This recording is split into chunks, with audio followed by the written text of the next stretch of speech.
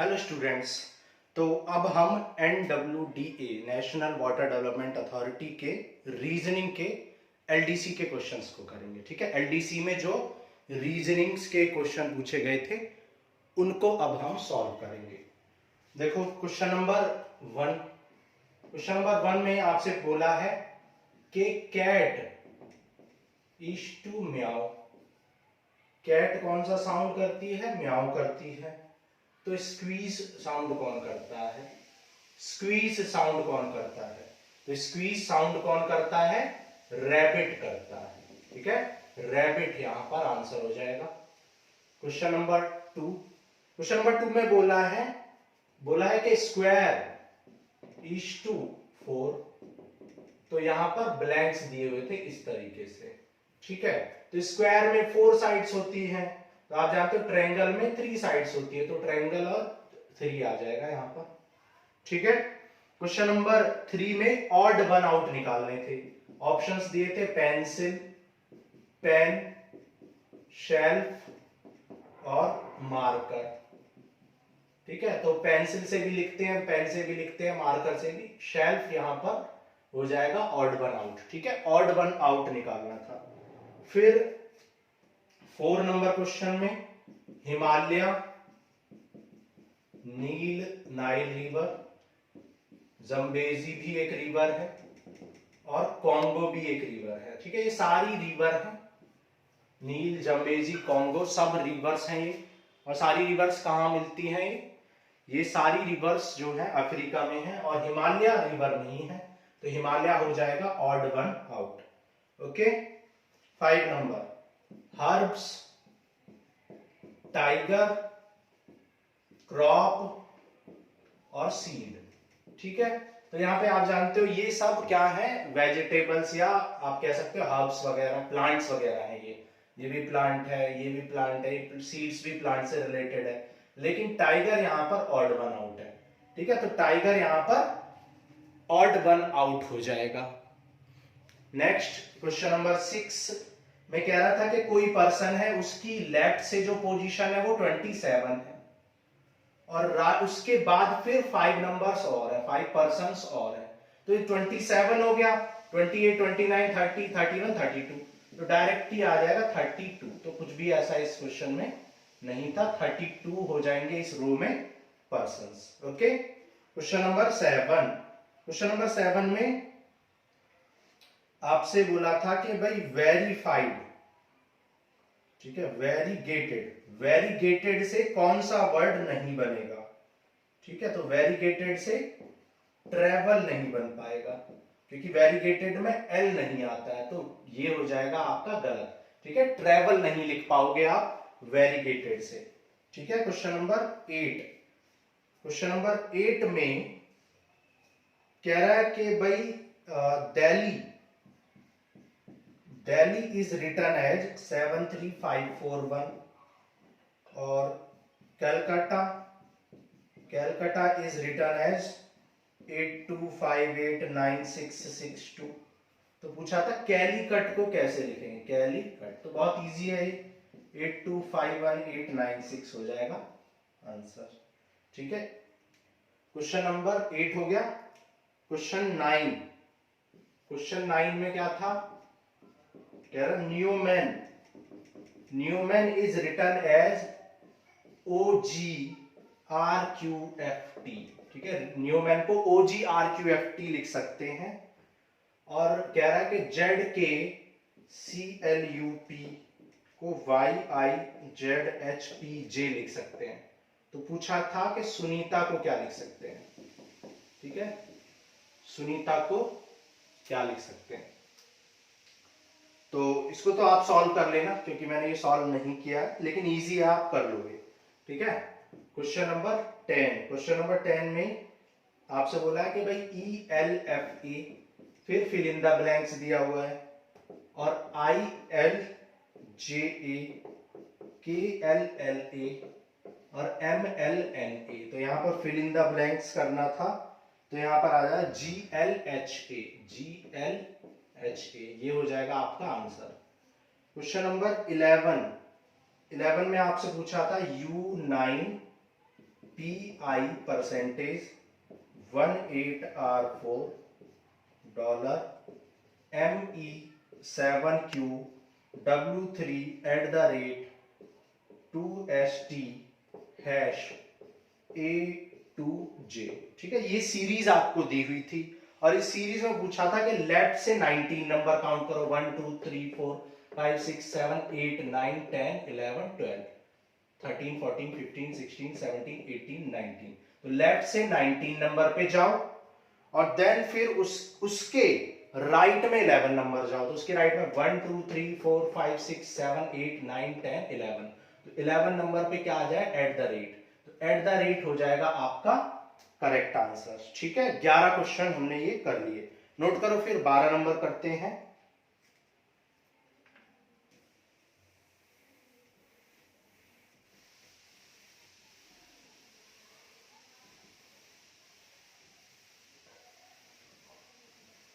ठीक है, question number 12 करते हैं। 12 नंबर क्वेश्चन। क्वेश्चन नंबर 12 में बोला है कि भाई टॉप से कोई पर्सन 11th पोजीशन पे है और बॉटम से वही पर्सन 27th पोजीशन पे है। तो कितने पर्सन है भाई? ऊपर से 11 नंबर पे है, नीचे से 27 नंबर पे है। तो टोटल कितने हो जाएंगे? टोटल हो जाए 27 प्लस 11 माइनस 1। ठीक है, तो ये हो जाएगा 37 हो जाएगा आंसर। क्यों? क्योंकि 27 और 11 तो सेम ही पर्सन की पोजीशन है, तो दो जगह काउंट थोड़े ना करेंगे। तो या तो ऊपर 10 आदमी है और नीचे 27 है, तब भी 37, या नीचे ऊपर 11 है तो नीचे 26 है, क्योंकि 27 और 11 तो उसी पर्सन की पोजीशन है, तो -1 कर देंगे। ठीक है, 14 हो गया, 12 हो गया। 13 नंबर में बोला था कि भाई कोई वरुण है और वरुण अपनी इनिशियल पोजीशन से राइट साइड में 15 मीटर जाता है, या साउथ में 15 मीटर जाता है। ठीक है, साउथ के डायरेक्शन में 15 मीटर जाता है। फिर वो क्या करता है, लेफ्ट टर्न ले लेता है और 20 किलोमीटर चलता है। ठीक है, मीटर या किलोमीटर। फिर वो राइट टर्न ले लेता है और 9 किलोमीटर चलता है। ठीक है, फिर अगेन वो राइट टर्न ले लेता है और 20 किलोमीटर चलता है। ठीक है, राइट टर्न ले लेता है और 20 किलोमीटर, और यहां पहुंच गया। तो कह रहा है इनिशियल पोजीशन से उसकी डिस्टेंस कितनी है। तो ये है 15 और ये आप जानते हो ये 9 है, तो कितना हो जाए, 24th पोजीशन पे वो है। ठीक है, 24th पोजीशन पे वरुण है। ठीक है, आगे चलते हैं। देखो आगे पूछा गया है, देखो क्वेश्चन नंबर 13 में आपसे बोला है कि भाई PERAMBULATOR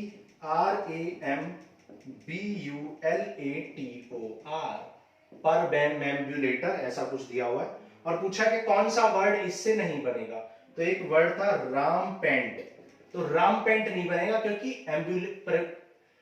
पैराम्बुलेटर में टी नहीं है, पैराम्बुलेटर में टी नहीं है, तो रैमपेंट हो जाएगा करेक्ट आंसर। इसको आप नहीं बना पाओगे। ठीक है, फिर है एक्वेंटेंस, ACQUINTANCE,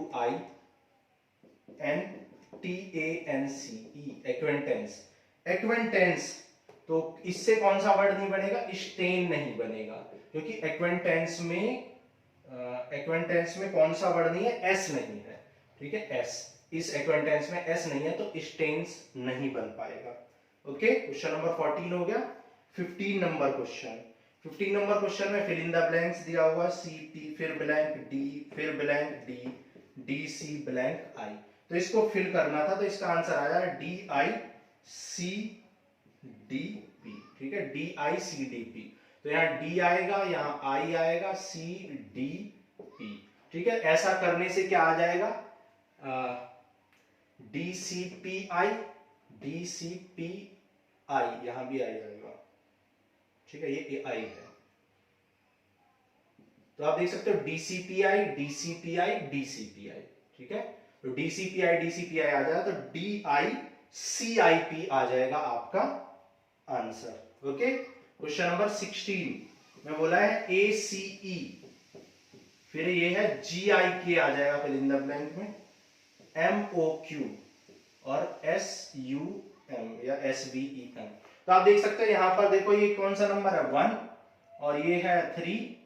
ठीक है, और ये है 5। ठीक है, तो ये 7 होगा, 9 होगा, 11 होगा, फिर ये 13 होगा, 15 होगा और ये 17 होगा, फिर ये 19 होगा, 21 होगा, 20। ठीक है, SVW था यहाँ पे, SVUW, ठीक है, ये था। और यहां हो जाएगा 23। ठीक है, तो ये आ जाएगा 7, 9, 11, यानी G, I और K आंसर हो जाएगा। ठीक है, तो ये हमने कर लिए 16 क्वेश्चन। ठीक है, अभी और भी बचे हैं, 16 हो गए, इनको नोट करो फिर आगे करते हैं। ठीक है,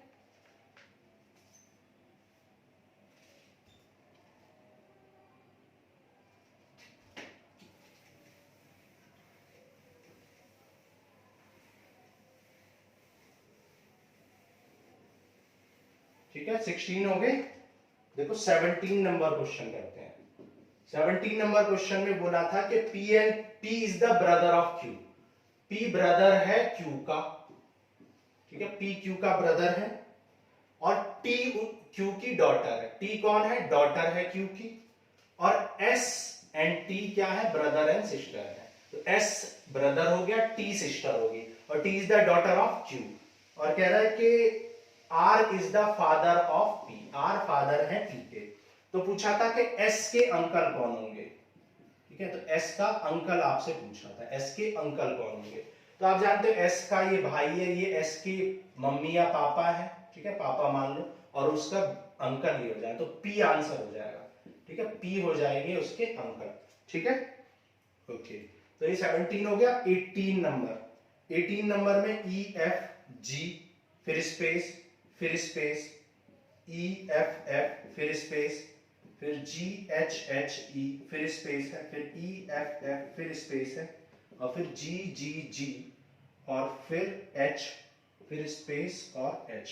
तो बहुत इजी था, आपको आंसर देखने की भी जरूरत नहीं थी, आप ऐसे ही कर पाओगे। भाई आप देख सकते हैं यहाँ 3 G है तो यहाँ 3 H होने चाहिए। ठीक है, फिर यहाँ 3 F होने चाहिए, फिर यहाँ 3 E होने चाहिए, तो E। तो देखो 3 E हो गए, 3 F हो गए, 3 G हो गए, 3 H हो गए। ठीक है, अब यहाँ पे 2 H है तो यहाँ 2 G होने चाहिए, है ना।